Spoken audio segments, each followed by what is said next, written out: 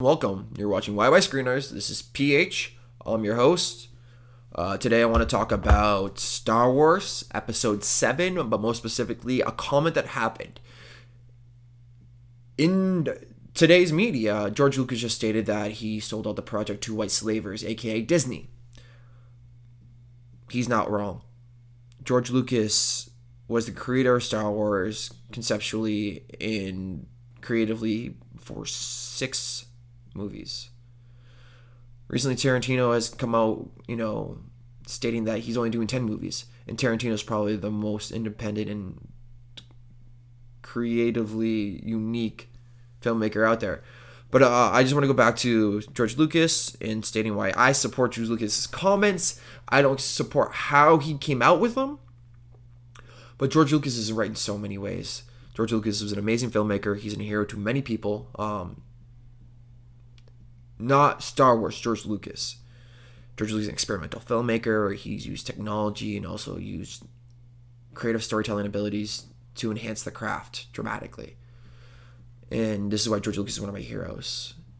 He's pushed filmmaking in so many different ways, both on film and digitally as an experimental filmmaker. And this is why he needs to be looked more than just the Star Wars billion-dollar brand. Well, recently when Star Wars 7 came out, he doesn't agree with what happened. George Lucas, yeah, he had the opportunity. But what happened was, too, that George Lucas just, got bullied. Got bullied by big business, got bullied by people who were telling him that they knew better than his own world that he created. One thing about artists is that you're very narcissistic and egotistical, very opinionated, because in your head is the world that is surviving in the parallel world, really. And when people start interjecting that they know better, and not even helpful, but more in the this is how it is situation, and not like, have you ever thought of it this way, or can you work it this way? There's a reason why George Lucas had it in his contracts that you can't tell him how the Force works, or the Force doesn't physically work in proper physics. Well, in a parallel dimension, physics is different, and that's a proven fact. But the whole white slaver comment is unnecessary in the way that it was just like a crybaby comment in the sense of things. You got bullied to let go of your a child of yours, literally a child. You conceptually conceived it, you nurtured it, you built it. And then you got guys that tell them they have all the options and whatnot, and, preaching about your freedoms and where you can go after this and not have to worry about it anymore.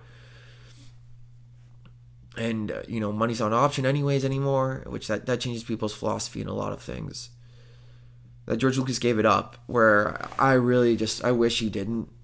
I wish he, kept everything separate and kept it going and actually had his opinion in there, and he finished the trilogy series. And that's what my original philosophy of Star Wars was going to be 3 groups of movies.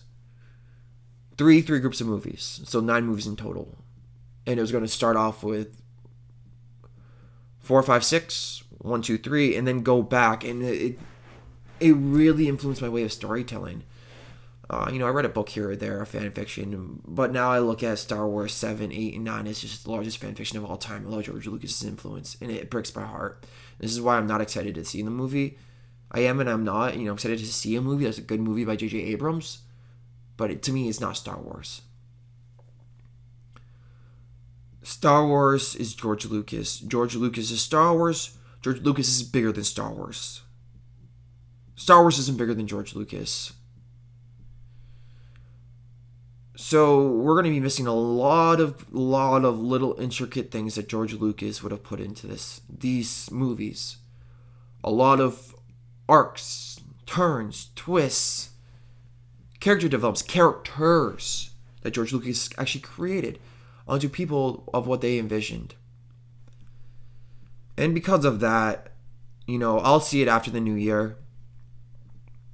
but it's not Star Wars. You know, the only way I'd actually accepted this as a new Star Wars is if George Lucas actually died or was dead when this was being made, as, you know, an honorable situation where friends stepped up and completed his legacy. But as Disney just bought him out and Disney just did their thing, no. So George Lucas, keep your chin up high. Work on new films. Grab some filmmakers like me who are more than willing to learn from you and learn from everything that you've taught people as an experimental filmmaker. And I'm stating this as, you know, I'm an award-winning screenwriter. So, and, you know, I'm causing noise. And start, you know, bringing up the next generation of filmmakers instead of letting us figure it out ourselves. And this is where the older generation needs to get off their own shit. We're here. We've learned ourselves, like you have, because you guys have been too ignorant to bring up the proper people. It's all been about paperwork and all about who you know. It's not about who's doing the work and who's out in the festival circuit right now. And this is one thing that, you know, slowed down my career dramatically, but built it properly at the same time. And it gave me a lot more opportunities and abilities and confidence to talk a lot of shit. So this is PH. You're watching YY Screenwriters. See you next time. Make sure, hey, I would like to hear your comments down below about what you think about George Lucas's comments or what you think about Star Wars Episode 7. Do you believe it's a fan fiction or do you think I'm full of shit? Aloha.